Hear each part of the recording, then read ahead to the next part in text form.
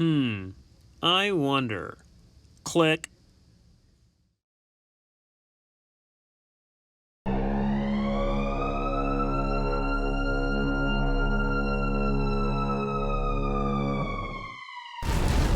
Absolutely insane. And so I'm sitting here, I'm watching it happen in real time. I'm like, they're not even trying to hide it from us anymore. Oh my god, it blows my mind, dude. So then I wake up the next morning and Facebook, gone. They deleted me completely. They were censoring me the very next day. The First Amendment is dead, you guys.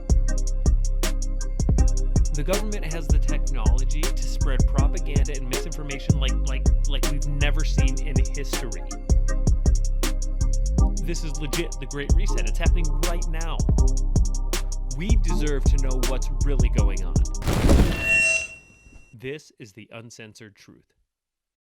What's up, guys? It's Jeremy with the Uncensored Truth, the podcast designed to free your minds from the grips of the mainstream media by giving you the truth, the whole truth, and nothing but the uncensored truth. Here it is, guys. You probably noticed that image behind me. Don't freak out. We're doing the Flat Earth episode. Don't freak out. For real. I can't handle people freaking out right now. I need you guys to just calm the fuck down.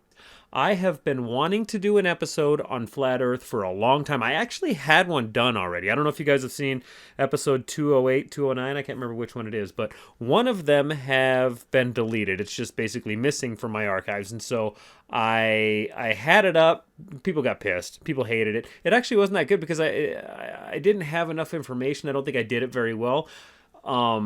But regardless, it doesn't matter. The minute somebody hears Flat Earth, they freak out. Like, Flat Earth is a touchy subject. You can't talk about it. And it's a crazy how mad people get when you start talking about Flat Earth. And it's because of the fact that they just can't fathom the fact that we may be living on something other than just the globe Earth that they've been taught since they were kids. I'm not going to say that I believe we live on a flat Earth. All I'm saying is I got started in this podcasting because I was looking into conspiracy theories. I loved them. They were freaking extremely entertaining to me. And so I started diving deep. I started researching all of them, and I wanted to talk about it. And Flat Earth is one that I keep coming across all the time. I run into Flat Earth. I start researching it. I dive deep. It fucks with me because it is the biggest conspiracy theory out there. This is the biggest one. Like, there's not a conspiracy theory that is more powerful, more mind-bending than this one. Like, if this turns out to be true, that's it for the globalists, man. The globalists are done. They're probably still going to rule over us, but they're just going to have to do it blatantly. They're going to be like, all right, fine, you guys got us. You got us. Cat's out of the bag. Here's the thing. We're evil, evil motherfuckers, but if you want to live, you're going to do exactly what we say. No, they'll probably just kill us and move on with their lives. Live in their utopia that they've been trying to build for years. Who knows? I don't know. But I love the subject of Flat Earth because it is very fascinating. So before you get pissed off, before you just write this off and turn it off and shut it off, give it a listen. I think you are going to really enjoy this episode. It is super, super interesting. I promise you. Just give it a shot. Another thing I want to tell you is if you have the ability to watch the video version of this, I highly recommend you do it because there's going to be a lot of things here that I'm going to use, pictures, images, videos, inside videos. So I'm going to play a video inside of this video, which is kind of weird. It's a video within the video. A lot of visuals that I think you're going to want to see in order to understand how Flat Earth works, how the idea works, and it's actually going to be really important. If you can't, if you just absolutely refuse to watch the videos, I get it. I understand. But I'm telling you, you will learn and you will see and you will be able to understand quite a bit more if you do watch the video version of this. You can get it on Rumble. You can get it on BitChute. You can get it on... Boy, I believe that might be it. I'm on Odyssey now too, but these long episodes you can't upload on Odyssey. So Rumble and BitChute, man. I can't put it on YouTube because anything about COVID, anything about the vaccine, anything about election fraud, they censor it, they delete it, they shadow ban you, they block you out, and they do the same thing with Flat Earth. That's what's intriguing about this. That's what kind of at first got me started. I'm like, wow, it's really hard to research Flat Earth. Now, I'll tell you right now, if you do research Flat Earth, and the first thing that pops up is going to be the Flat Earth Society, you do not want to, I mean, you can research that all you want. You can watch their videos. You can look into it. But the thing is they are there on purpose. They're a plant. They were put in place to make people who believe in flat Earth look crazy. Their theories and their idea of how the flat Earth works is fucking bullshit. Don't even waste your time. The guy was put there by probably the CIA. Again, another reason why I am intrigued by this, because they're creating misinformation. They're creating fake shit to throw people off. They only do that if they're trying to confuse people. They only do that if they're trying to hide something, and they are doing it with flat Earth, which is weird. It should just be a crazy conspiracy theory. You can believe it if you want, whatever. It's just nonsense. It's not harming anybody, but they censor it. They try to hide it from you. They do it intentionally. That's what's weird about it. So the minute I noticed they were doing that, the minute I noticed while they're trying to hide some shit, I've dove deep, man. And every single time I get on this subject, I get stuck on it for a couple days. Like, that's what happened, not this weekend right now, but last weekend.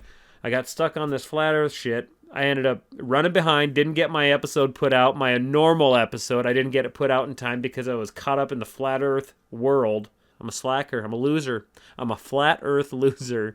And that's really all. That's the only way I can explain it. I guess I'd have no other. I'm not making excuses, guys. I just left my phone on again. Of course I did. Why wouldn't I? It is Saturday. It is Saturday and it's 8 o'clock at night. Normally I record my episodes on Wednesdays before noon, and then I try to get them uploaded on Thursdays. That episode didn't come out until yesterday because of the fact that, and I didn't even have a video because I kind of just did it half-ass. I just went over a couple of headlines that I thought was interesting, and then really I've been working on this. I've been researching this. I wanted to do it good because, again, if I fuck this up, people are going to be pissed. They're going to talk shit, and so it is one of those subjects where you have to make sure you do a good job. Otherwise, it just will not work. Like, people, and again, I'm not trying to trick anybody. I'm just trying to be as honest as possible. Try to give you the most factual information I have available. And if you do want to research flat Earth, I suggest that you check out Eric Dubay, Eddie Bravo, Hibbler Productions. So Hibbler Productions and Eric Dubay actually work together a lot. They've made a lot of films together. So yeah, Hibbler Productions, Eric Dubay, Eddie Bravo, and myself, if you would. Like, check out some of the stuff that I do. That'd be great. This will be the only thing so far, but I may do more later. This is probably gonna be a long episode because I'm gonna be going over a lot of shit. This is, again, the biggest conspiracy theory I think that exists. If this does prove to be true, whoa. If it's true that they fucking lied about what about what we live on, that blows the lid off of everything. Like, that makes everything different. It changes everything. It does. So it would be insane if that were the case. And again, I'm stuck in the middle. I don't know what we're on. I have no idea what to believe, because what I do know is the people behind all this, the people who are censoring flat Earth information, the people who are shadow banning it, the people who are putting out false information, is the globalists, the people who own big tech, the people who run big tech, the same people who have been lying to us about absolutely everything. So yeah, I'm interested. Yeah, I'd like to know what the fuck is going on. And yeah, I'm going to look into it, because I will question absolutely everything the globalists are behind. I have to. You're an idiot if you don't. And I'm not saying you have to believe one thing or the other, but I think that it is very, very important that people question authority, question the government, question the globalists, question the deep state, the elites of this world, question what you see on TV, the news especially, man. Nothing. You can't trust anybody. You can't trust anything. You can't trust me, man. Do the research on your own. For real. Most people immediately just write off flat Earth because of the fact that they just go right onto Google. They see millions of images of Earth from space, and they're like, stupid. What are you talking about? Look at space, bro. Like, how is that even possible? And the thing is they have no idea. Absolutely every image from space comes from one organization, NASA. All of our space information comes from one organization, NASA. And if you know anything about anything, you know you cannot trust NASA. See, NASA was created by Nazis. Wernher von Braun traveled from Germany or whatever during World War II, after World War II, came here, created NASA, and ever since we've been basically funneling billions of dollars into this organization that does nothing. I mean, yeah, they said they went to the moon, and they say that they're keeping us safe from all these asteroids that could crash into Earth. And to tell you the truth, they don't do anything. I haven't seen anything at all. Anything that's life-changing or helping us in any way. It's just these fake stories that come out of NASA. NASA cannot be trusted. NASA was created by Nazis, and they are an evil corporation. And the fact that they are the ones providing us with all of the information from space, all of the images from space that have been admitted to be fake. So NASA has admitted that they edit all of these photos. People go on, I mean, you can see that image of Earth, and I may put the image up here so you guys can see it somewhere. You see all of those images of Earth from space throughout the years. It changes all the time. The people finally were like, what the fuck is this, man? Florida's changed its size about 12 times. How is that possible? Finally, the people from NASA who've been putting this footage out here, putting the photos out there, said that, well, we have the images aren't 100% real. We've had to Photoshop the images because they don't have a satellite far enough away to be able to take a full image of the Earth. They do not have the ability to do it. So what they do is they take hundreds of individual images of Earth, piece it together, and then give you this perfectly round globe. The Earth is not perfectly round. Even if it is a globe or whatever, it is not perfectly round. Neil deGrasse Tyson says that it is a pear-shaped. So all of those perfectly round images are wrong. And NASA has admitted they Photoshop every single one of them. So they are fake. It's admitted by NASA. Every image you see is fake. And the only one that was credible in any way whatsoever and they claimed was real was the photo from the moon that showed like the half Earth from the moon. But I guess it came out that was even fake. Like it was Photoshopped. It's not real. And the thing is it can't be real because we didn't land on the moon. And I'm going to get into that in just a second. But I'm telling you right now, the images you're seeing from space, all fake. Every single time you see video footage from anywhere up into like lower Earth orbit or anything, they always have a fisheye lens, which everybody knows a fisheye lens will take a straight edge and warp it. That's what they do. It's a fact. They always use a fisheye lens when they were shooting video footage out in space. It pisses me off that they do it. Do the experiment yourself. You can get a fisheye lens. You can get one of these wide-angle lenses, and you can go and shoot the horizon from like 5 feet off the ground, and you will see it warps. That's what a fisheye lens does. That's what it's created to do, is to distort everything, and it warps the horizon every single time. So it makes it look like the Earth is curved. I don't know if you guys saw the Red Bull jump. That dude went way, I mean, he took a weather balloon or whatever it was, but the capsule he was in, he had a regular camera inside of that capsule. He opens the door when he finally hits his elevation where he's going to jump out, opens the door flat as can be. Not only that, but the horizon is at your eye level. If the Earth curves like this, it curves like this too. Horizon should have been way the fuck down there. We'll get into that a little bit later too. Every image and video that you have seen has been fucked with and it can't be trusted. I know that sounds crazy, but it's legit. Ask yourself that. When you see this video footage from space, why is it a wide-angle lens? Always. If you know anything about video, you know how to tell the difference between a regular camera and a wide-angle lens. And you'll see these wide-angle lenses are always warping the horizon off in the distance. If they're even in space, a lot of people claim that a lot of this space footage is fake, but I can't speak to that because I don't know. They're saying that when you see this zero gravity shit when they're in the Space Center, that a lot of it's filmed underwater. I don't know. They say they can always see bubbles coming off of their helmets when they're outside, and that means it's just edited video footage from, in the water. They've claimed that they train their astronauts underwater because that's the most realistic to how it is out there. So who's to say they don't just green screen some shit and show us underwater footage? I don't know. I can't talk on that because I do not know. But yeah, all the footage, all the photos, fake. Admitted by NASA, the people who give us 100% of our space information. Nazis, baby. NASA. Nazis. Look it up. Wernher von Braun, close contact with Hitler himself. Guy came here, created NASA. He was also a really good friend of Walt Disney, I believe. I believe Walt Disney highly connected to Nazis. Almost certain. Maybe that's why they're fucking going woke on everybody.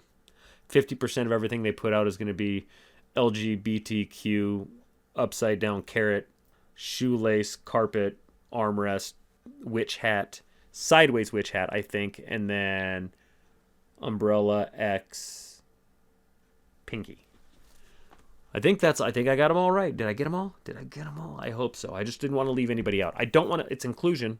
I don't want to leave anybody out, but now that they're going to put out a ton of LGBTQ, piano sign, up, down, left, right, A, B, A, B, select, start, they're going to brainwash our children. They're coming after our kids. I told you that in the last episode, so it's a shame what's happened to Disney, people. Nazis. Again, Flat Earth is one of the most censored subjects. I mean, it's really hard to find any information on Flat Earth. That was what drew me in, is the fact that they're censoring it on purpose. They're hiding shit on purpose. There's something they do not want you to know. So that's what drew me in. When I started researching Flat Earth, one of the things I came across was I kept coming across the moon landing, and I know 100% the moon landing was fake. That isn't any question in my mind whatsoever. I believe that 100%. We never went to the moon. I should do an episode on the moon landing because it would be extremely easy to do. I look into it all the time, but we didn't go to the moon. The reason we didn't go to the moon is because we don't have the technology to be able to go to the moon, maybe because the moon doesn't exist, maybe because it's not a physical object that we are able to land on. It's not a rock at all. I don't know, but I'm not going to claim to know what the moon is, but I'm telling you we didn't go there. We don't have the technology today to go there. That's admitted by the guy who runs NASA right now. We do not have the technology to get to the moon today, therefore we didn't back then. They say we destroyed the technology and it's so hard to get it back, so whatever. We never went to the moon, guys. It was faked 100%. That's what I realized after looking into that. I'm just like, didn't go to the moon, man. Is it possible that if they lied about the moon landing, that they're also lying about the shape of the Earth? Who knows? But that's another thing that just, it sucked me in, man. Every step of the way, I was finding out more shit, and I'm just like, wow. Holy crap, dude. What is this? And we're going to get into it. Sorry, I don't want to hold you up anymore. It's probably already been a fucking hour-long video, and I haven't even got into it yet. I apologize. I'm excited, people. I'm really excited, and I want you to be excited as well. Don't hate me, please. My friends and family will never call me again. I'm going to lose every single listener that I have right now because I'm talking about Flat Earth. I'm scared. This is terrifying. I don't care. I have no fucking care in the world at all. Not an ounce of care inside me right now because Flat Earth is interesting. It's a good, interesting, lovely subject. Sorry. I get a little emotional when I talk about Flat Earth, guys. This is my passion. Not Flat Earth, but conspiracy theories, man. I'm into it, dude. Don't hate. Quit hating on me, fool. Again, when you research Flat Earth, Eric Dubay, he's probably the expert on Flat Earth. This guy, he is fucking very educated on Flat Earth. He's got a ton of shit out there. He's a hippie. Whatever, maybe you don't like hippies, but the dude, he is fucking extremely intelligent. There's other people out there who are into Flat Earth. I can't think of their names right now. I'm drawing a blank, but he's definitely one that I would look into. So there's two different models that I'm going to tell you about. You've got the heliocentric model, which is the sun is the center and everything goes around the sun. Everything in our solar system travels around the sun. It's the center of the solar system. Heliocentric, sun center. And the other model is geocentric, meaning the Earth is the center. Everything kind of travels around the Earth. Geo being Earth centric. All right, think you got that figured out. So I'm going to talk about both models, tell you how they work, tell you the differences between the two, and then I'm going to get into how things that you have no idea could possibly work on a flat Earth, how they actually work on a flat Earth, and in a lot of instances, it makes more sense on a flat Earth. So, for starters, you've got the heliocentric model. That's going to be like this right here. So, we got ourselves a globe, and at the very top here is North Pole, which is directly below the North Star, Polaris, directly above the North Pole. They are aligned at all times, and then to the south, you have the South Pole, or Antarctica, a little island at the very southernmost point of the globe. And then you have traveling this way and this way are your east and west. North, south, east, west. East, west. My bad. It is believed that the Earth is roughly 25,000 miles in circumference, and it spins at 1,000 miles per hour. A full revolution, giving us 1 day.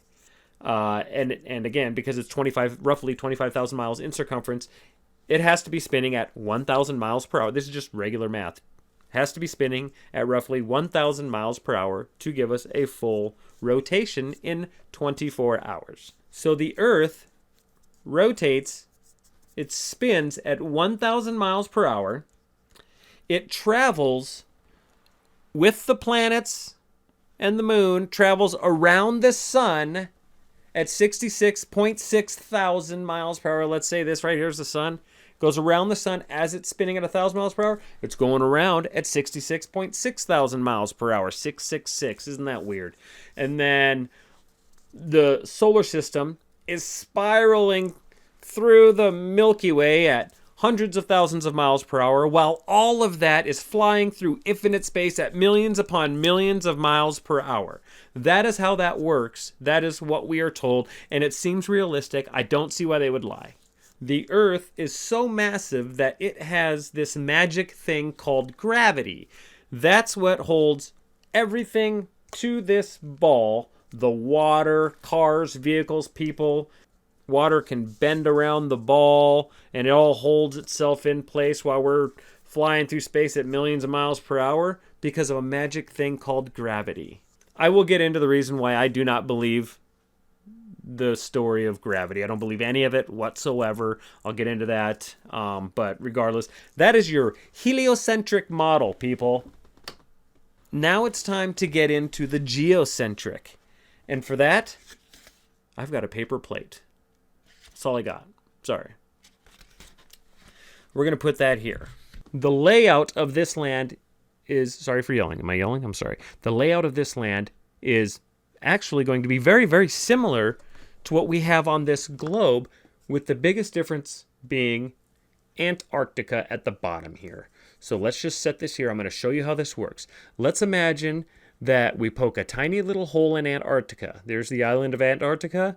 Poke a tiny little hole there, split open the middle of Antarctica, and just kind of like an onion, peel this whole skin of the globe open and make it flat. So kind of just take this, open the whole thing up from the hole we made in Antarctica, open it up, make it flat, and set it here.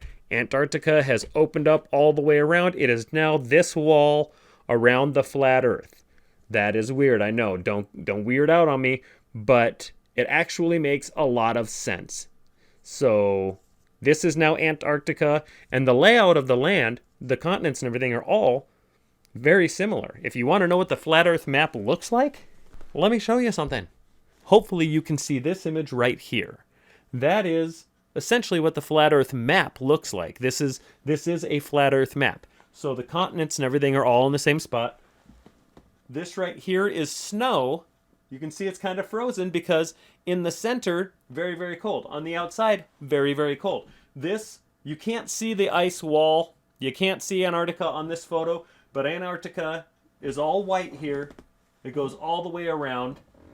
These lines here are your latitude lines. I think they call them different tropics. I can't remember what it's called. I'm going to ruin that part. I forgot. But anyways, that's what it looks like. If it looks familiar to you, it's because you've probably seen it before with all of these logos. A lot of logos that you've seen around use a flat Earth map. The International Maritime Organization, the UN, International Civil Aviation Organization, the World Health Organization, WHO, a lot of different things. Now, why would they use a flat Earth map for their logo? They've even got the lines there and everything, which are oddly add up to 33, which is very Masonic. I don't know if you guys know anything about the Freemasons, but their magic number is 33. They always have the 33 little sections there throughout their world. But this globe here, that would have made a very fine image, but instead they use the flat earth map. I don't know why. And they always have these walls around it as well. Huh, that's weird. Anyways, I'm going to show you some other stuff, you guys. But I broke something probably. That's too bad. Gosh dang it, Jeremy, you are so irresponsible. And you break everything you touch. Gosh dang it. Anyways, now we've got to talk about north. North is dead center in the middle. Just like north was dead center here, north is dead center here. That is the North Pole. It's the coldest point. Directly above that is Polaris. Polaris never moves. That's something we can observe, something we can see at all times. We see Polaris is always there. It never ever moves. It's called the North Star because it's directly above the North Pole, never ever moves. We'll get into that a little later because that's kind of weird. But north is here. South is actually every direction away from north towards Antarctica. Any direction away from north is south, and it gets you to Antarctica. Every direction away from north is south, and you always get to Antarctica. So that works the same. Most of this works the same. East and west are circles around the Earth. East and west are now clockwise and counterclockwise. You're still moving in the same direction. You're just keeping your left shoulder or your right shoulder pointed at the North Pole. That's how they used to navigate back in the day before they had compasses and shit like that. They knew the North Pole was the north. So they would always walk at a 90-degree angle from the North Pole, at one shoulder pointing to the North Pole if they wanted to go east, the other shoulder pointing at the North Pole if they wanted to go west. And that would always take them around east to west. So you're not walking in a straight line until you get to your exact same location. You're walking in a straight circle until you get back to your original location. So if anybody's ever told you that they've ever walked in a straight line and got back to where they started, it's never happened. It's impossible. It doesn't work that way, according to the flat earth map. But this is essentially your fishbowl. So that's what it's kind of like. It's like a fishbowl, the ice holding all of the islands and the ocean inside. So you don't need gravity to magically hold the water in. It's held in because that's how it works. Water always finds its level. Water always stays level, and it will not leave if it can't leave. And that's what the purpose of this ice wall is to hold all the water in, and then you have your continents all over within the inside. And again, you've got this magic theory of gravity that you have to explain somehow. But with this, you don't have to explain it because it makes complete sense as to why the water is sitting there. It's not curved. It's not upside down. It's not whatever. We're not standing upside down in certain parts of the world. We're all on a flat plane, and it does not move. So you don't have to worry about flying off because you're going at millions of miles per hour. It is stationary. It feels like we're stationary, so that makes more sense if you think about it. It really does. It makes more sense. It's not as far-fetched as people make it out to be, because if somebody says, "Are you crazy? Common sense says we're on a globe." It's like, well, now that you think about it, my senses tell me that we're not moving. My senses tell me that everything seems to be flat. I haven't been able to see curvature whatsoever except for on fake photos. So my common sense tells me that this is right. Again, I'm not picking sides here, people. I'm just telling you the rationale, the logic behind all of this. So we also have the sun and the moon. I told you when the Earth spins at 1,000 miles per hour, whoopsie, that's how we get the look as though the sun is setting. Well, this little tiny thing here is the sun. This little tiny thing here is the moon. The way that works is they travel clockwise. One of them, I can't remember if it's the sun or the moon, but one allegedly travels a little bit faster than the sun, or the other way around. I can't remember again. So that's how it gets caught up, giving us the eclipses. But it travels in a circle just like this, clockwise, giving you the sun. They believe that it is a more local sun. They don't know the exact distance away, but they think it could be like 3,000 miles, not very far at all. And when you observe the sun, when you think about that, it actually makes more sense. They also believe that the sun is a heat source and the moon is a cool source. And one thing that you can test, that you can prove, is in the sunlight, it's hotter than in the shade. You can take the temperature, there is a difference. The moon, you can test this yourself. You can take a thermometer, check the temperature in the shade of the moonlight, and it's actually warmer than the direct moonlight. So the supposed warm light being reflected from the sun to the earth is actually colder than not having that reflected light on you. It's provable, it's testable, it's repeatable, it's a fact. You can look that up. You can do the research on your own, people. But that's how the sun and the moon work. Again, people are like, well, if the earth is flat, wouldn't the sun light up everything all the time? No, because it's local. When the sun is local, it only lights up the section that it is above. And other people are going to be like, well, I don't see the sun moving in circles above me. Relative to where you are, you only see the sun come and go. That's it. The United States is really only about this big. The sun only travels over it like that. It looks as though it's just passing over. And again, when the sun and the moon go around, one circle, 24 hours. People believe that the sun tells you what time it is, the moon tells you what day it is, and the stars tell you what month it is. They have what's called, and I'm going to show you a video of this because Eric does a really good job of explaining this. When the sun travels, gets closer, and then goes back out and starts traveling farther away. It goes through the tropics. And that's what I'm going to do. I'm just going to show you the video because visually seeing it actually makes way more sense than my idiotic brain trying to explain it to you guys. I apologize. I'm going to show you a couple things. It's actually going to show you how that whole thing works.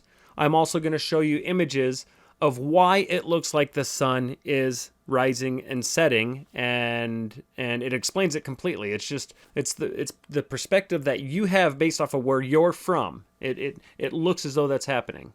It's the law of perspective. That's what it was. The law of perspective. The words have come to me. They were traveling. They were running behind. They were running late, and they finally got here, and now I just put them out my mouth. Thanks. All right, watch this video, people. Okay, this is going to tell you how the sun and moon work on the flat earth model from Eric Dubay himself. Thank you, Eric. Shout out Eric Dubay. Thank you for coming on my podcast. That'd be awesome if he did. He never would. Why? He's got way more important things to do than to talk to me, and I'm an idiot. All right, here you go. In the flat earth model, the sun and moon luminaries revolve around the earth once every 24 hours for the sun and approximately 25 hours for the moon, illuminating like... So it's the Tropic of Cancer, the equator, and then the Tropic of Capricorn. So the Tropic of Cancer is right here, and then it moves out to the equator, and then to the Tropic of Capricorn.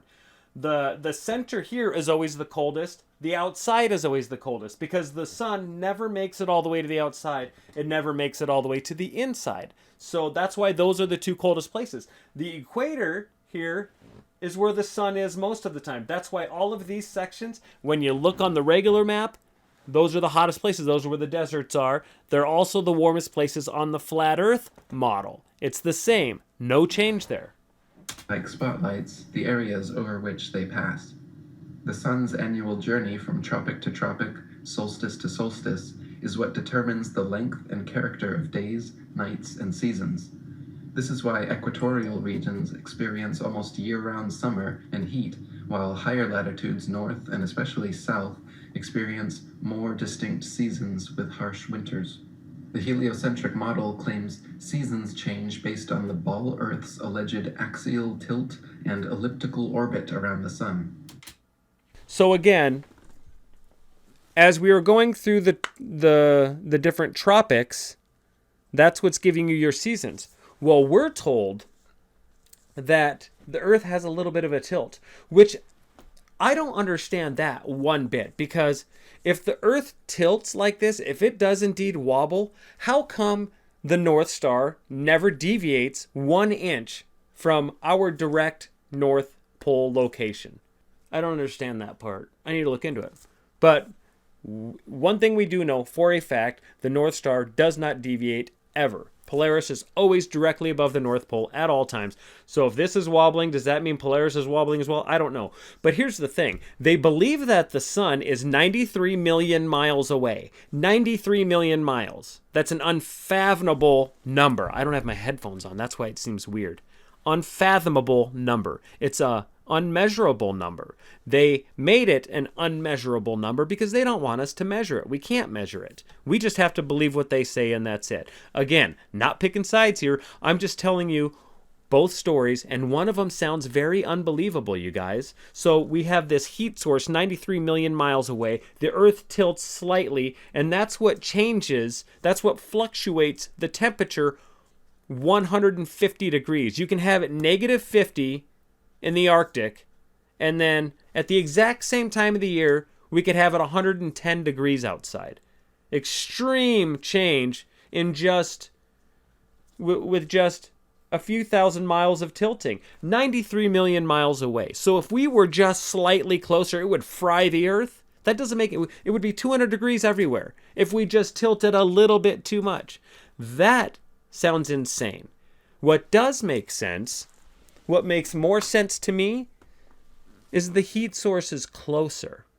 So think about tilting, okay? Think about this. If I was tilting from that light up in the ceiling, I'm not going to feel the heat here as opposed to here. But if I was right next to that light, I would feel the heat difference between here and here. So when the sun is closer, that's why it has more of an effect on the seasons. Because it's closer, it's just in a different location. This whole wobble thing doesn't make much sense to me, you guys. Again, I don't know. I'm not fucking smart enough to figure this shit out. I just know that when I just use common sense, my normal little brain functions, it doesn't make sense to me. It doesn't. I'm sorry. How much time we got? Because I'm going to have to stop that little bitch again pretty soon. We got a little bit of time.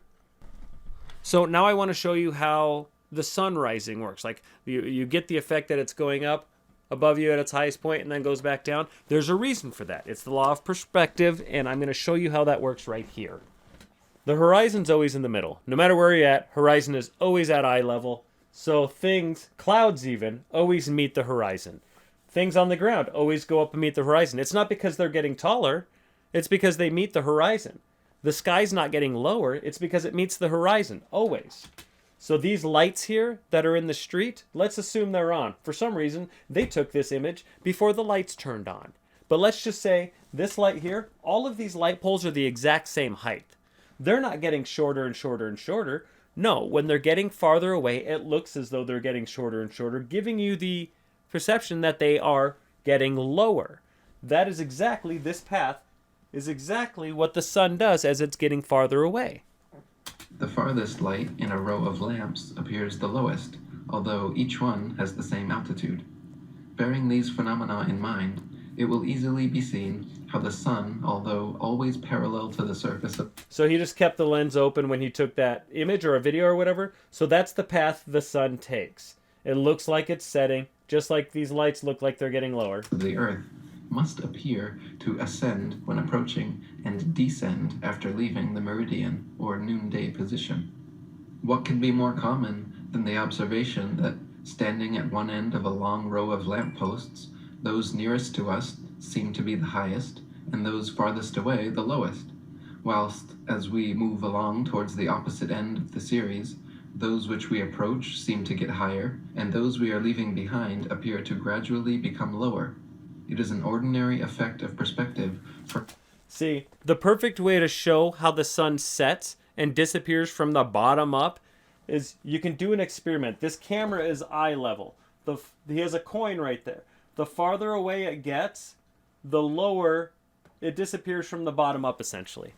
That's we're going to get into that a little bit later because that is a very important topic. I got one more thing here. 27:55.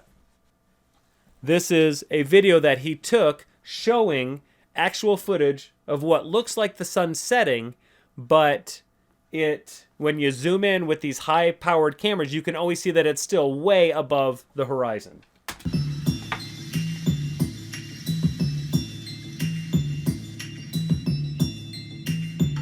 Damn.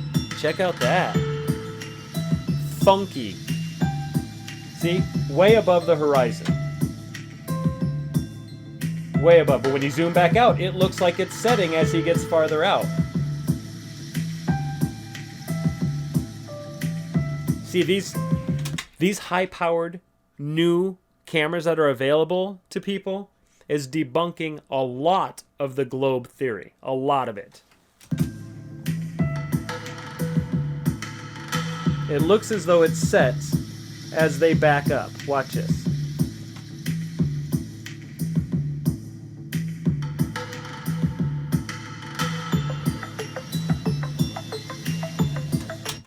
It's all perspective. It's just getting farther away, you guys. That fucking music, though. That music, though, bruh. Gosh dang it. I hate moving my chair around like this. I'm causing problems. This is going to be the most unorganized episode I've ever done. I'm getting angry about it. I'm sorry, you guys. That is how the sun works on a flat Earth model. You understand how it works on the globe because you've been told how it works. You've assumed that's what you've been seeing your whole life, but you can see how it easily can work on a flat Earth model as well. Everything that is explained on the globe can be explained on flat Earth, and it actually seems more realistic. It seems more believable to me. Again, I hate this because the more I research, the more I think it almost seems like common sense that we live on a flat, motionless plane. It's crazy. I don't know what to think, guys. My mind is going nuts doing this. I love it. Question everything. So, again, like I said just a little bit ago, the Earth seems to be, from what they say, 93 million miles away. They believe that the moon is 250,000 miles away or so. 230, 250,000, I can't remember. But you've seen images, and I'm going to show you these images here. You've seen images where the sun looks to be right above the clouds. The sun rays are coming out, and they're coming out at an angle, like this. And usually you can use, trigonometry, triangulate right back up to the sun, and it tells you it's right above those clouds. It's not very far away, maybe a few thousand miles. Same thing with the moon. If the moon was 250,000 miles away and your clouds are right here, it's going to light up all the clouds in your vision. But no, we're here, the clouds are there, and the moon is here, essentially. That's why it only lights up the clouds right behind the moon. If that moon really was 250,000 miles away, every cloud would be lit up because that reflection would be hitting everything. Same thing with the sun. You see the sun on a cloudy day, and the clouds right below the sun are the ones that are bright orange with the rays coming through. Not everything. If it was 93 million miles away, it would light up everything that we see at that point. At least where we're at. Maybe not on the other side of the basketball, but on the side that I'm on where it says Spalding, that part should definitely be well lit up. All the clouds in my vision should be lit up. That's what I think. I guess I believe that. I guess I don't know exactly how the what is it, astrophysics, astrology, whatever. I don't know exactly how that works, but my common sense tell me that all all of it should be lit up at that bright orange with the rays coming through parallel, not at an angle. Not only that, but the sun, hundreds of thousands of times bigger than the Earth and the moon. 93 million miles away. And then the moon, 250,000 miles away. But they look to be the exact same size. And the reason that is because they are so perfectly the right distances away that even though they're different sizes, they put off the perspective that they are the same size. That's how we can get a perfect eclipse, because the sun is the right distance away and the moon is just the right distance away from the Earth, that when they all light up, all of them are the same size. And I don't know if this is the truth. Again, this is just me talking. This is my opinion. Again, it makes more sense, not that we're lined up just perfectly to be all the same size, but it makes more sense that maybe the Earth and the moon are the same size. They are the same distance away. And when they do line up perfectly, one of them cancels the other one out because they're the same size. They're the same distance. Again, that's the great thing about the people in the flat Earth community. They're not going to claim exact knowledge. They're giving you their guess. They're giving their best guess, and it makes a lot of sense. They're not going to claim they know exactly what the sun is. They believe the sun and the moon are just a light source and a heat and light source. That's what they believe. So they just don't know exactly what it is. They don't know exactly how far away it is. They don't know what's beyond the ice wall, and we're going to get into that as well. But first, I want to talk about gravity. Gravity's a big one. Gravity is fascinating itself. The story, the fairy tale we are told about gravity is what holds all of this together, figuratively and literally. Literally and figuratively holds everything together. It's what holds this whole theory together is gravity. The magic gravity that was invented by Newton. I don't know if it was invented by him. Clearly it had to have existed before Newton got bonked on the head. But gravity's a theory, okay? It's legitimately a conspiracy theory itself. Gravity is a theory. It has never ever been proven. Throughout history, gravity has never been proven. There's never been any instance ever in nature, in history, whatever, where we've been able to repeat gravity. The larger something is, the more gravitational pull it has. If I were to take anything whatsoever, this largest object I can walk up to, and then I have a little dust bunny, I can't get the dust bunny to stick to it. I can't recreate gravity at all. No, it is legitimately a theory that we just have to believe because it's a story they told us. It doesn't make any sense. I'll tell you what does make sense. Density and buoyancy. See, here's the thing. Again, Newton was just chilling one day. Apple fell from a tree, bonked him on the head, and he was like, gravity, dude. Fucking gravity, bro. Whoa. That's magic.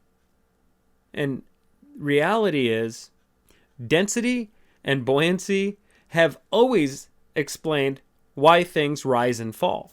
See, all objects rise. How does it go again? I want to try and sound really smart here, so I need to remember this one. All objects rise and fall based off of their relative density to the medium surrounding them. Fuck yeah. So, in other words, raindrops will fall from the sky to the ground because the water drop is more dense than the air surrounding it. Air bubbles in water will always rise to the top because the air bubble is less dense than the water surrounding it. So had Newton been sitting there and then the apple fell from the tree, and as it's coming down, it doesn't hit him in the head, but lands into a body of water and just floats, he would have been like, wow, I guess that makes sense. So he would have noticed that buoyancy and density are exactly what he just witnessed. The apple fell through the air because the apple was more dense than the air, but then floats in water because the water is more dense than the apple. There's a number of different examples I can give you that explain buoyancy and density. That is exactly what explains gravity. We are here on this earth sitting in the position that we are in right now. This microphone is sitting right here because the microphone is heavier than the air around it. So it is sitting there stationary. Helium balloons go through the air because the helium in the balloon is lighter than the air around it. The helium is less dense than the air, the median surrounding it. So it will float. That's how it works. Gravity is unnecessary. Gravity is unneeded to explain any of this shit. The only reason they need gravity is to explain a ball Earth, to explain why water curves around a ball. That's the only reason gravity exists. It's a theory. It hasn't been proven. It hasn't been recreated. There's no way to observe, repeat, and see, experiment, and see gravity firsthand. It's just a theory. Another thing that is a theory, that is something we've been told and we just have to believe it, is that the Earth curves. That, whoopsie, you okay? The Earth is a globe. We, again, have fake photos that are admitted to be fake because the satellites are so close, they can only take images like this. And then they piece them all together to show them that it's this. And when we're in lower Earth orbit and you see the Earth, they say, curving, well, guess what? It curves this way too. So when you're up in the air, you should have to look down to see the horizon. But you always see all of these photos, you always see the horizon directly in front of them. The curvature of the Earth is actually a theory as well. It's never been proven. In fact, the non-existent of the curvature has been proven many, many times all throughout history, and more so recently because we've got these high-powered cameras with insane lenses that can zoom in for hundreds of miles and see shit that should be well over the curve of the Earth. So again, here, let me explain this so you can understand. The Earth supposedly is 25,000 miles in circumference. Because of that, there needs to be a curve. It needs to curve at some point, and the mathematical equation for that is that it curves 8 inches per mile squared. There are hundreds, if not thousands of instances where we have visual evidence that it does not do that. You go to this Flat Earth Society, the way they had a news crew come out, talk to this guy, and they're like, you do know that, see, a body of water is the perfect thing to be able to test the curvature because water always maintains and finds its level, except for on the globe at long distances, it curves. So when boats take off, you see them actually go over the curve of the Earth. That's why they disappear. They always disappear from the ground up. Well, I showed you how the illusion of disappearing from the ground up happens with the quarter on the table because it gets farther away. That's what happens. It's the perspective that your eyes have on objects when they get farther away. They disappear from the ground up every single time. So they had these, I think it was 60 Minutes, actually. I think it was 60 Minutes. Showed up, and they had the guy there, and they're like, we're going to prove that the Earth is round by doing this experiment with this boat. And so this guy's like, well, we're going to be able to see it. It's not going to go. He was just playing dumb, dude. We know how it fucking works. This guy's playing dumb, like, nope, it's going to be in view all the time, whatever. So the boat goes out, keeps going forever. They actually did this in a large, huge lake. It wasn't even the ocean. It was a huge lake. The water's super calm, goes out, and as they're watching it, I think they use binoculars. You see that the sail itself was different colors. So you could see each color disappearing as it was disappearing bottom up. And so then the camera pans over to him and he's just like, just kind of looking off.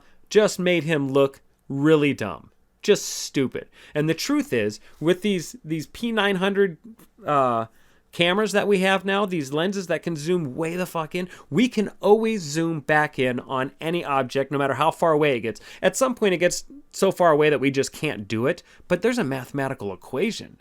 So we know how far it needs to be away to be out of view. And they've done a ton of tests every single time, and especially boats going off. They've been able to zoom in on things that were 100 miles away that should have been thousands of feet below the Earth's curvature, like 20, 30,000 feet below the Earth's curvature, and we're still seeing these things, these images, clear as day. All you have to do is zoom all the way in.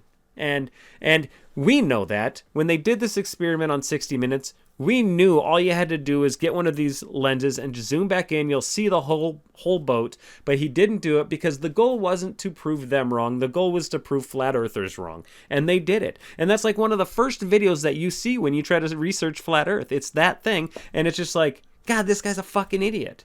And his explanation for gravity, get this. This is what makes him look really fucking nuts. He says that gravity doesn't do whatever they claim on a globe. Gravity exists because this flat disk is flying directly upward really, really fast, and it's forcing us down. That's where we get gravity from. Shut up, dude. You're weird. I bet you he's a pedophile. I bet you he diddles little babies, man. That guy is an idiot, and I hate the fact that they did that because it does discredit any flat earth theory out there, because you have to actually dig to be able to get to the legit information that's not freaking nonsense. I want to read something to you here. Somebody by the name of Samuel Robotham, from a long time ago, he did several experiments that proved that the water did not curve whatsoever. And again, water is the best thing to do these experiments because water, it's fucking scientific provable fact that water will always maintain and stay and find its level. It always maintains a level shape. So again, I want to read this to you. Dr. Samuel Robotham, his findings prove that the Earth was completely flat without an inch of curvature over 20 miles, at least 20 miles. So in Cambridge, England, there's a 20-mile canal called Old Bedford. It is completely straight, perfect for doing this actual experiment. He set up flags along this strait, this canal. He went to one end and he used a telescope, and he could see every single flag was lined up without an inch of deviation. According to spherical trigonometry, if the Earth is a globe, it should have curved over 16 feet from one end to the other. But when he saw it, they were lined up 100% without an inch of deviation. That is absolutely impossible. Even if the Earth was 100,000 miles in circumference, let's just say we got the size of the Earth wrong. If it was 100,000 miles in circumference, that test should have shown deviation. It should have had some deviation, but it had none, not at all. Like I said, there's been hundreds, if not thousands of experiments done proving that they can't find curvature anywhere. They haven't been able to do it. Think about satellites, man. I've always thought about this. Right now, point to a satellite. Where would it be? Well, you think it would be right there, right? So then why is it that the satellite on my house is pointing this way? It's at a 45-degree angle. Is that right? 45 degrees? It's not pointed straight up. The closest route to a satellite. No, it's pointed that way, towards cell phone towers. I really don't know the theory behind satellites. I think that they actually have proven recently that they put satellites up into lower Earth orbit with weather balloons. That's why you always see satellites crash to the Earth. Happens all the time. You guys probably don't hear about it. These are stories that are hidden quite often, but it actually happens a lot. And they always have these weather balloon type things connected to them. Again, that stuff that I've heard, it's hard to find that stuff. I'm not going to tell you 100% that really does happen, but I've heard that. I have. Another thing that I want to read to you here, because people, again, they've done a ton of experiments. It is a fact. Now, if you got the money, you can go do this yourself and see this yourself. It is a fact that in Genoa, Italy, just above sea level on a clear day, you can see the distant islands of Elba, Gorgona, and Corsica, 80 to 125 miles away. Based off of the 8 inches per mile squared, you shouldn't have been able to see them at all, but you can, and you can go there and do that right now if you wanted to. On a clear day, you may have to wait a couple days so you can, because it is kind of tough to see 100 miles away, but if you've got a P900 Panasonic camera, I believe is what it is, Canon, and what's the other one? I forgot the brand, but whatever. Get yourself one of them big-ass lenses. It's expensive. I mean, it's not for everybody, obviously. Traveling to Italy isn't for everybody, obviously. But you can go do that experiment yourself, and you can see that it's not showing curvature. Things that should absolutely be beyond the curvature of the Earth, they're not. You can still see them. Clear as day. It's crazy. These questions should be answered. People will not even have a discussion about it. They get so angry. They won't even have a discussion with a flat earther. Eric Dubay has asked to debate Neil Disgraced, I call him Neil Disgraced Tyson because he's supposed to be the astrophysicist. He's like the Anthony Fauci of astrophysicists, and he just talks mad shit. The guy's an actor. He's fake, okay? He may have a couple degrees, but the guy should not be the face of the globe earth theory because all he does is make fun of people. He will not debate Eric Dubay. And Eric's a nice dude. He just wants to have a normal conversation with him. He probably has questions for him, but he will not do it. He refuses to do it because they know better. There's so many other things that I just can't fucking remember that I want to tell you, but I get frustrated. I get flustered a little bit, and I start losing my brain cells, so I miss a lot of shit. That's why this is such a hard topic to do, because there's so much information, and if I just miss a little bit, I feel stupid. I feel like I've let you guys down because it is fascinating. That brings me to Antarctica. This subject is just a big subject on its own. This is where I think their motive is. That's a good thing to talk about. The motive. Why would they do this? Why would they lie to us about the shape of the Earth? And a lot of people ask that question, and there's a few answers. There really is. The first and most obvious answer is to make you feel insignificant. I mean, if we live... Hey, get off me, little fool! On this, in the middle of all this, that's flying through all of that, and we can see things that are trillions upon trillions of miles away, then we are insignificant. We're just a tiny little speck of all of that. What's the point, guys? What is the point? It's to keep you small-minded. It really is. Now, in reality, if this is what we live in, this right here, and that's it, that means you're very, very significant. You are way more important than they will let you believe. Life means so much more. It really does. That means they do not have as much power over you as they are trying to make it seem like they have, other than the fact that they're keeping you locked inside of a dome. But here's the thing. Here's where the story gets pretty wicked, you guys. Ouch! This table is digging into my legs. Sons of bitches. I thought I saw somebody. It's getting dark. It's getting late. I still can't sleep in a certain place, in a certain room in my house, because I fell asleep one night and I woke up in the middle of the night and interdimensional spiders were fucking trying to eat me alive. It really happened. Ugh. I was listening to the wrong fucking podcast before I fell asleep, and I woke up and I was crying. I was legitimately crying because I saw a basketball-sized spider coming from the ceiling. My girl come running into the room. She turned on the light and she's like, "What's wrong?" And I'm like, "I don't fucking know." I'm like, "Dude, I don't know, man. I think I saw a spider." I was just staring at that. I'm like, why isn't it there anymore? It was an interdimensional demon, and it was only there because I allowed it to be there for the night, for the moment. And I allowed it to come into my life and I got the hiccups. I allowed it to come into my life, terrify me, and then run away. So anyways, back to the question as to why. Like I said, one reason, to make you feel insignificant. The other reason is because there's an ice wall here, Antarctica. It is believed there is land beyond Antarctica. But what a lot of people do not know is that back in the 50s or so, right around the time they created NASA, they had a man called Admiral Byrd. He did explore Antarctica. And he came back, went on live TV, I don't know if it was live back then, but he came on to the news and said, there is a ton of land beyond Antarctica, like vegetation, untapped resources, a ton of it. And he said there was a continent the size of fucking the United States that he saw in just that one spot. Of course, it goes in every direction, allegedly. That's crazy. But shortly after that, the guy died. I believe they took him out. I believe they killed him. But just a few years later, NASA was created. By Nazis, mind you.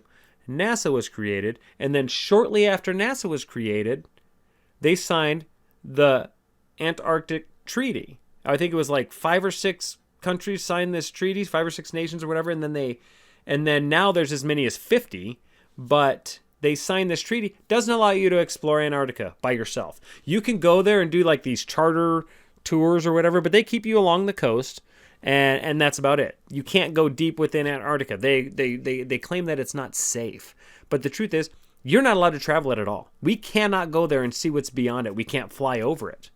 It's off limits to people like you and I, so we can't see what's beyond that wall. There's probably a lot of shit beyond that wall. And this is where my theory, I'm going to give you my ideas and what I think about this, and this is where it gets pretty fucking interesting and pretty wicked. Aliens, advanced technology, aliens, UFOs, all that shit. I don't think they're coming from other planets. I think that there are other civilizations beyond the ice wall in Antarctica where we are not allowed to go. When we see these aliens, when we see this crazy shit that they're showing us recently, all of a sudden they've just admitted, yeah, there's UFOs, there's aliens and shit. That's where it's coming from, I believe. I don't think it's coming from trillions of light years away. I believe it's coming from the unexplored land beyond the ice wall, beyond Antarctica. What do you think about that, man? And so that's why they're hiding that from us. They say that technology is always several years beyond when it was created. So I don't know if you guys know this, but it was like in the 1980s, the fax machine was invented. No, we got our first fax machine in the 1980s. It was like 1860 something when the first fax machine was actually invented. We just didn't get it for another 100 years after that. This Admiral Byrd guy said that when he was beyond this ice wall. Was it Admiral Byrd? Now I'm probably fucking the story up. But they believed, I don't know who it was, these explorers said that they saw flat screen TVs way back then in the 40s. So almost 100 years ago, flat screen TVs up on the walls in these certain places, like highly advanced technology that we are just now starting to see, they were seeing back then. It's happened multiple times. There's multiple examples of advanced technology that has always taken way longer to come out than what... I mean, they had that, the MiG, or whatever, that triangle fucking airplane thing. They had that back in the 60s. We never got to see it for the first time until like the mid-90s. Late 90s, mid-90s is when I think we saw our first MiG. They had it back in the 60s, man. There's a lot of secrets about a lot of shit, and we're only getting a fraction of the truth, people. And it's probably not the truth. It's all fucking lies.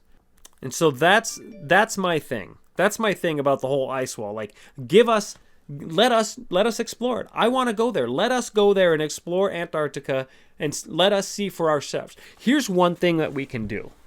If the Earth is a globe, this is an experiment that we can do to prove it. They will not let us do it, but let's get 2 ships, boats, cargo ships, whatever the fuck, and get a film crew on each one.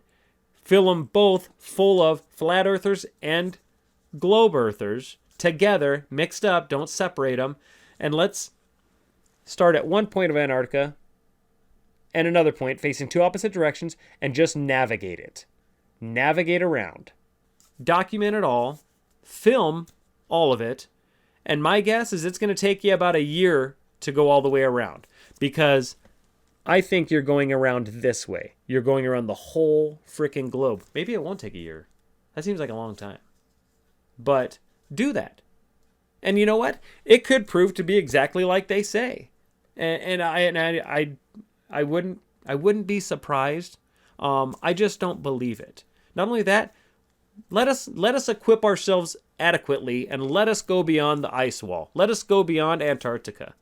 Get rid of this peace treaty that is absolutely nonsense. It doesn't need to happen. You don't need to have it in place. It's only there for our safety. Fuck that. There's military bases out there. There's some wicked shit beyond there, and they will not let us see it.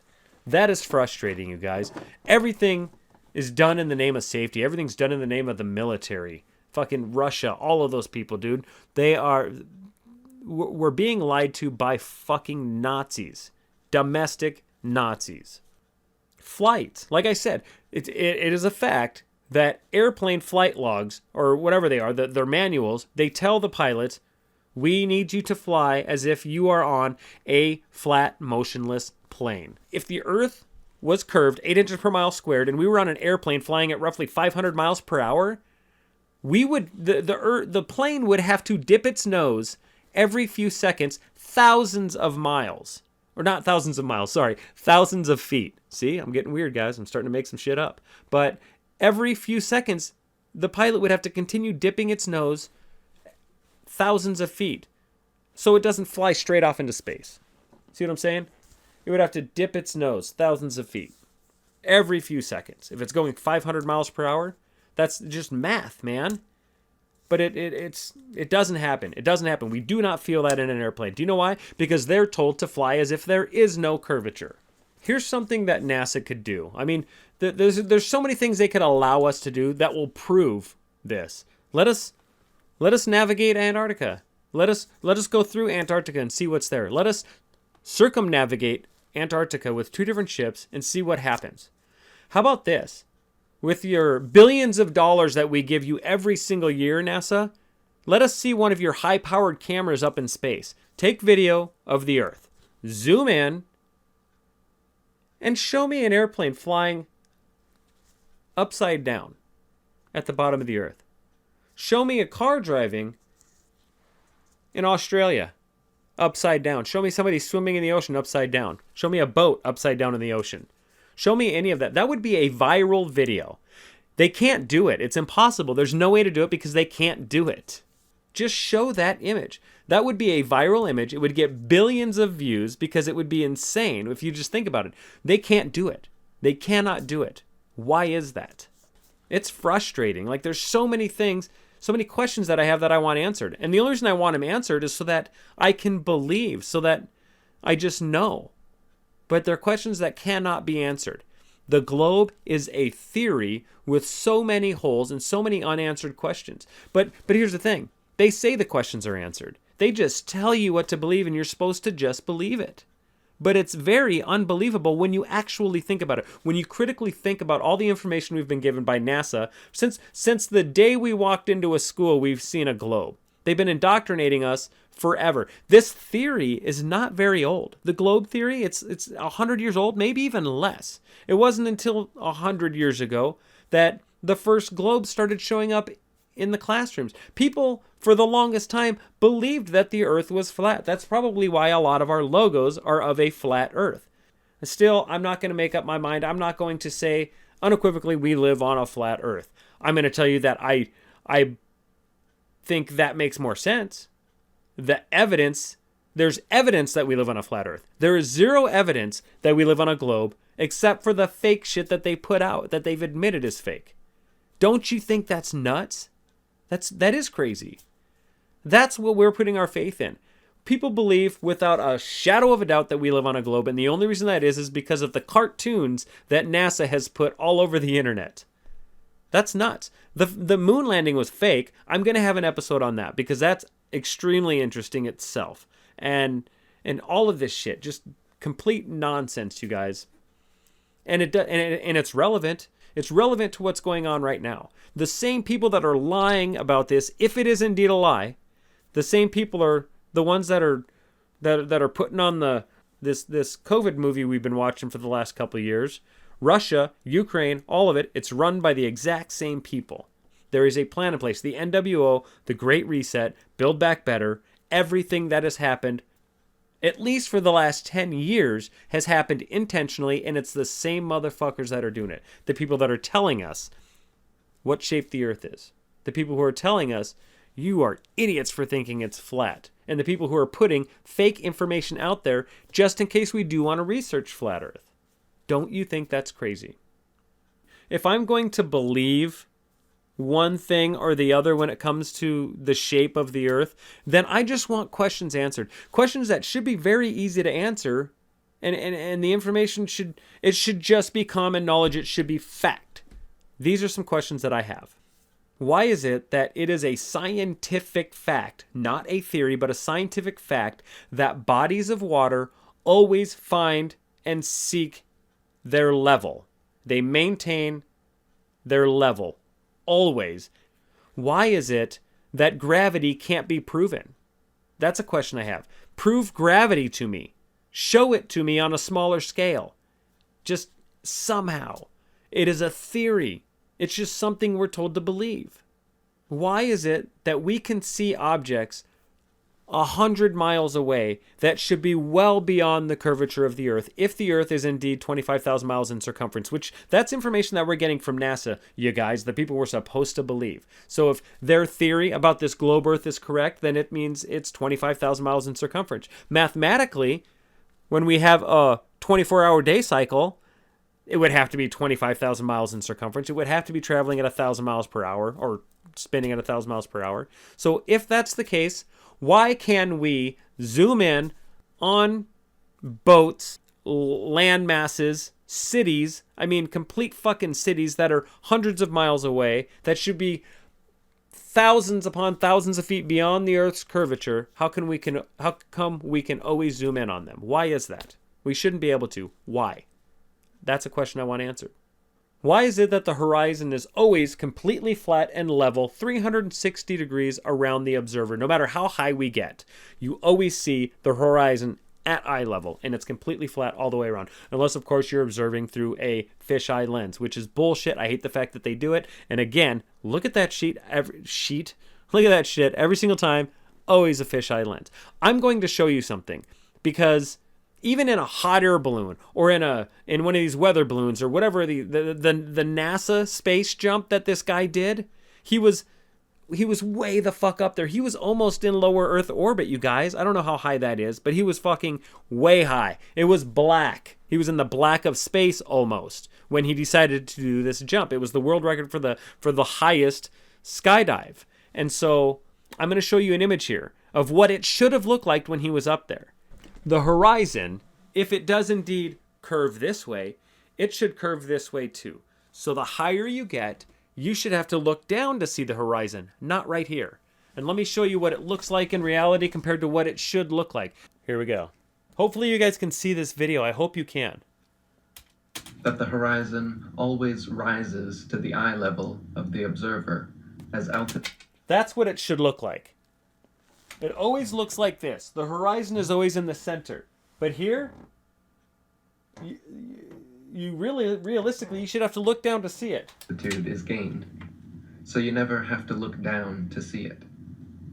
If the Earth were in fact a globe, no matter how large, as you ascended, the horizon would stay fixed, and the observer would have to tilt, looking down further and further to see it. I suggest that you look up the Red Bull jump. Look it up and see what this motherfucker did.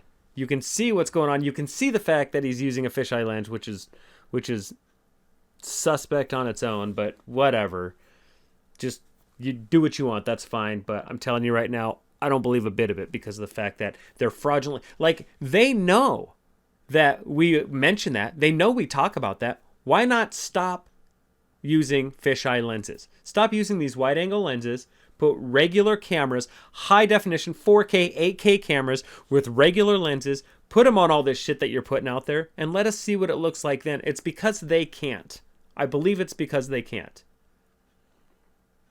It's frustrating, man. I know I forgot a lot of shit. That sucks. I hope I didn't. It's been long enough, you guys. I'm probably going to have to go. I think this is going to be it. I'm sorry. I know I have a lot more questions that I forgot, but whatever.